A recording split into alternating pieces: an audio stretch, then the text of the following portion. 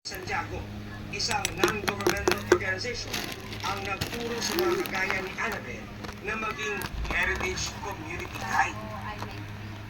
At siya na ngayon ang nagtuturo sa mga kabataan, kabilang ang kanyang anak. Ito yung mga original talaga na Batang Quiapo. Born and raised in Quiapo. Growing up, hindi ko po na-appreciate before ang heritage, ang natatago na Quiapo, pero sa nakikita ko po sa work niya, and parang nabuksan po ako ng opportunity para po mas makilala kung saan po ako lumaki, saan po ano po yung tinatago, hidden gem dito sa Quiapo, kasi ang dami po mga stigma regarding sa Quiapo. Ano ba yung mga narinig mo mga stigma tungkol sa Quiapo? At ano gusto mong mangyari dito?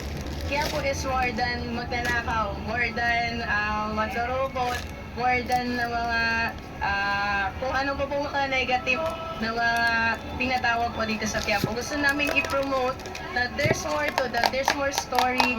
Marami pong mga culture, tradition na hindi po alam ng nakakarami. Hindi lang pala basta pasyalan lang ang Quiapo. Dahil malalim ang kahulugan nito para sa marami, gaya ni Annabel. Nung time ko kasi na nabiyuda ako, yun lang ang pinanghahawakan ko. So, nag-grow yung aking devotion at nag-grow na rin yung pagmamahal ko sa pamana sa Quiapo. Inilibot pa ako ni Annabel sa mga sulok-sulok ng Quiapo kung saan iba't ibang klaseng mga paniniwala ang nakita ko. Ito yung aming mga manghuhula sa Quiapo. Yeah. So ano po ba mga meron nandito, ma'am? Yan yung mga charms. Usually ito yung charms na to, ito yung pangtanggal ng malas. And itong charms na to, usually hindi siya binibili na para sa'yo. Bibilin mo siya para ibigay Sa ibang tao? sa ibang tao. So parang regalo mo siya. Yes. At lahat ng kailangan ko yan. Halos lahat na yata ng problema.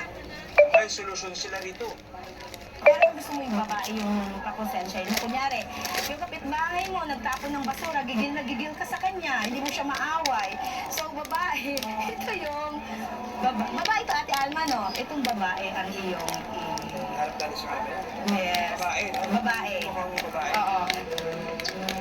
Ilang hakbang lang mula sa sentro ng Katolisismo sa Quiapo, matatagpuan ang sentro ng Muslim community sa buong Maynila.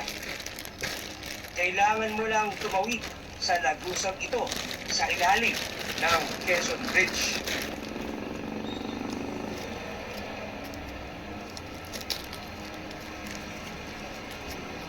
Dito ko raw mahahanap ang prinsesa ng Quiapo.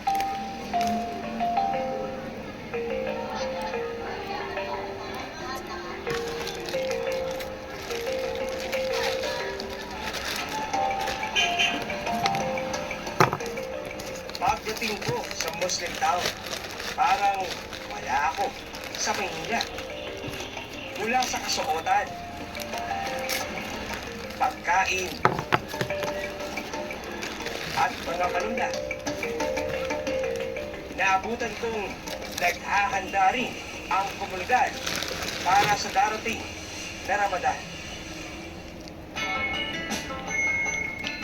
Kikitain ko rito si Chewy, isa sa mga vlogger na nauna nang nagtampo sa kultura ng mga Muslim dito. Sa kanyang mga vlog, ibinibida niya ang mga pagkain Muslim at ang mga kwento sa likod nito.